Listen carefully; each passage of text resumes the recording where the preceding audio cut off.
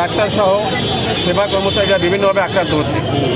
সবচেয়ে একটা ভয়াবহ আক্রান্ত হয়ে গেছে শরীয়তপুরে একজন ডাক্তারের উপরে। আমরা এটাকে কোনোভাবে মেনে নিতে পারছি না। এখন আমাদের দাবি, 1 নম্বর দাবি যে এই ঘটনার এবং এর ইতিপূর্বে যে ঘটনা ঘটেছে সবগুলোর বিচার। 1 2 নম্বরে বিচার কিভাবে করবে, বিচার করতে হলে আরেকটু আইনের পরিবর্তন প্রয়োজন আছে। আমি মনে করি একসময় এসিড সন্ত্রাসের জন্য যে আইন করা হয়েছিল এরশাদ সরকারের সময়, ঠিক ওইটাকে অনুসরণ করে এখনই আজকে সরকার একটা অধ্যাদেশ জারি করবে, যে অধ্যাদেশে থাকবে যে কোনো সেবা কর্মচারীকে যদি আক্রান্ত করে, যত বড় ছোট বড় যে আক্রান্ত হোক না কেন, তার জন্য ন্যূনতম শাস্তি হবে 10 বছরের কারাদণ্ড। এই বিচারটা হবে, এই অপরাধটা হবে জামিন অযোগ্য এবং এখানে এটা দ্রুত বিচার আইনে বিচার হবে। আমি আপাতত এই 2টা দাবির জন্যই আমরা এই প্রতিবাদ জানাচ্ছি।